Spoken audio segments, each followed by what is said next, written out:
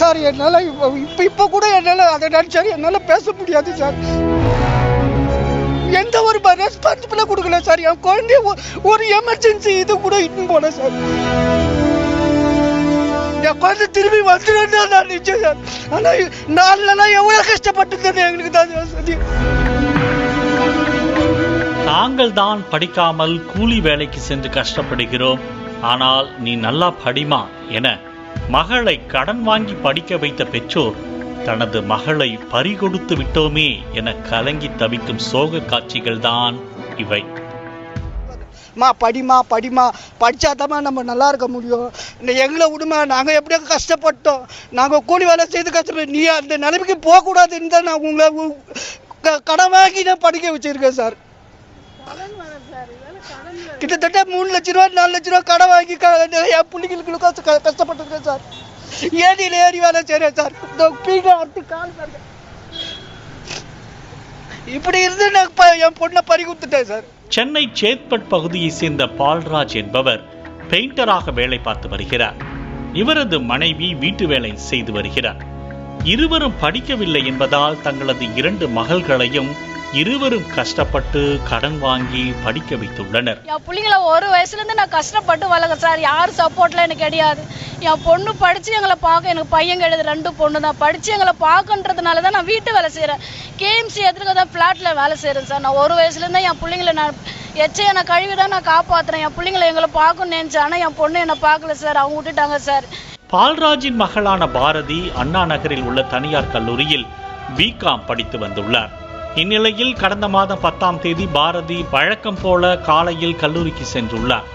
அப்போது 10 மணி அளவில் பாரதி நண்பர்களோடு இருந்த நிலையில் திடீரென உடல்நிலை பாதிக்கப்பட்டு மயங்கியுள்ளார். 10ஆம் தேதி சார், திங்கட்கிழமை 10ஆம் தேதி 2ஆம் மாசம் ஆச்சு சார். நாங்கள் 9ஆம் தேதியெல்லாம் ஊருக்கு போயிட்டோம். 10ஆம் தேதி அப்போ என் பொண்ணு நல்லா தான் சொல்லுது, நீ இப்போ ஊருக்கு போயிட்டு வாம்மா, நான் காலேஜுக்கு போகிறேன்னு சொல்லுதா சார். 7:30 மணிக்கு வீட்டை விட்டு நல்லா தான் வந்தா சார். அவள் காலேஜில் வந்துதான் அவளுக்கு இப்படி ஆயிடுச்சு சார். அவருக்கு ஸ்ட்ரோக் வந்ததாக கூறப்பட்ட நிலையில் கல்லூரியிலிருந்து பாரதியின் பெற்றோர் போன் மூலமாக தகவல் கொடுத்தனர். கிண்டி சென்றிருந்த பெற்றோர் பதறி அடித்துக் கொண்டு 12 மணி அளவில் கல்லூரிக்கு சென்றுள்ளனர்.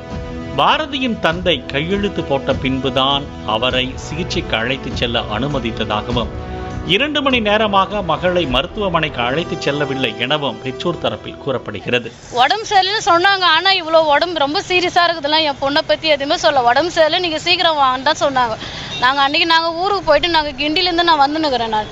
நாங்கள் அதுக்கப்புறமா 12:30 மணிக்கு 1 மணிக்கு நாங்கள் வந்து பார்க்குறோம், என் பொண்ணு கழுத்தெல்லாம் தொங்க விட்டுக்கணும், ஜொல்லு ஊற்றிக்கணும்.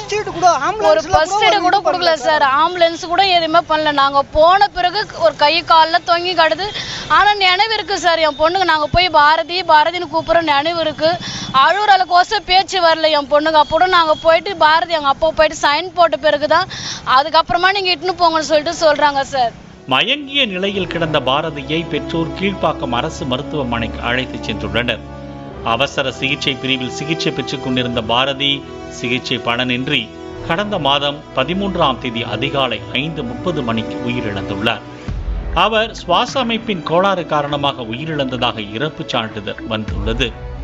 இது குறித்து பேசிய மருத்துவர், பாதிக்கப்பட்ட 1 மணி நேரத்திலேயே மருத்துவமனைக்கு அழைத்து வந்திருந்தால் உயிரை காப்பாற்றி இருக்கலாம் என கூறியதாக பெற்றோர் தரப்பில் கூறப்படுகிறது.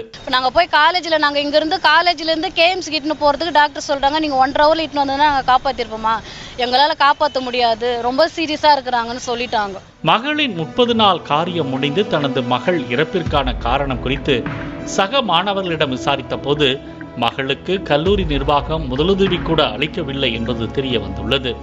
பின்னர் பாரதியின் பெற்றோர் கல்லூரிக்கு சென்ற போது அவர்களிடம் மன்னிப்பு கோரி 2 செமஸ்டர்களுக்கான பணத்தை கொடுப்பதாக கல்லூரி நிர்வாகம் கூறியதாக சொல்லப்படுகிறது. நாங்க போனோம், ஏங்க என் பொண்ணு இப்படி ஆயிடுச்சு, நீங்க ஒரு ஃபர்ஸ்ட் எய்ட் கொடுத்துருக்கறால, என் பொண்ணை 2 ஹவர் நீங்க உட்கார வச்சிருக்கீங்களே.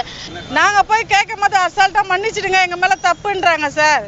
ஹெச்ஓடில இருந்து எல்லாருமே சொல்றாங்க, நாங்க தப்பு பண்ணிட்டோம், நாங்க ஃபர்ஸ்ட் எய்ட் கொடுத்துருக்கணும், எங்க மேல தான் தப்பு, சாரிம்மா மன்னிச்சிடுமா, 2 பீஸ் கட்டிருந்தா நாங்க கொடுத்துட்றோம் அப்படின்னு அசால்ட்டா பேசுறாங்க சார். ஒரு உயிர் அந்த 2 பீஸ் தானா சார்.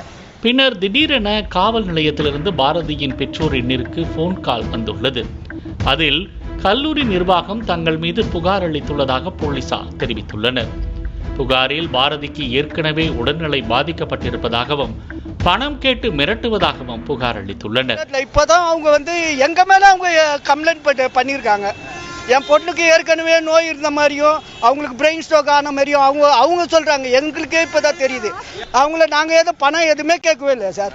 இதனை கேட்டு அதிர்ச்சி அடைந்த பாரதியின் பெற்றோர் எழுத படிக்க தெரியாத காரணத்தினால் வழக்கறிஞரிடம் சென்றுள்ளனர். தங்களது மகளுக்கு இதற்கு முன்பு எந்த பாதிப்பும் இல்லை எனவும் கல்லூரி நிர்வாகம் இந்த பிரச்சனையிலிருந்து காப்பாற்றிக் கொள்வதற்காக தங்கள் மீது போலியாக புகார் அளித்திருப்பதாகவும் பெற்றோர் தெரிவித்துள்ளனர். தங்களது மகளுக்கு நடந்தது போல யாருக்கும் நடக்கக்கூடாது, இதனை தீவிர விசாரணை செய்ய கோரி பெற்றோர் கோரிக்கை வைத்துள்ளனர். நாங்க என்னன்றோம், என் பிள்ளைக்கு நடந்தது அத்தை பிள்ளைக்கு நடக்கக்கூடாதுன்னு தான் நாங்கள் சொல்லின்னு இருக்கோம். நாங்கள் அதை பற்றி பணத்துக்கோசமே இல்லை. நான் கூலிக்காரன் சார். என் பொண்டாட்டி வீட்டு வேலை செய்கிறவங்க.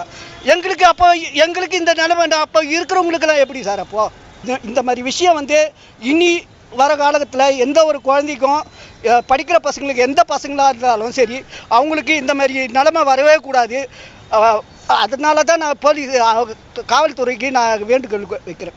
பிளே ஸ்டோர் மற்றும் ஆப் ஸ்டோரில் இருந்து பாலிமர் செயலியை QR கோடு மூலம் பதிவிறக்கம் செய்யுங்கள். செய்திகளை உடனுக்குடன் பெறுங்கள்.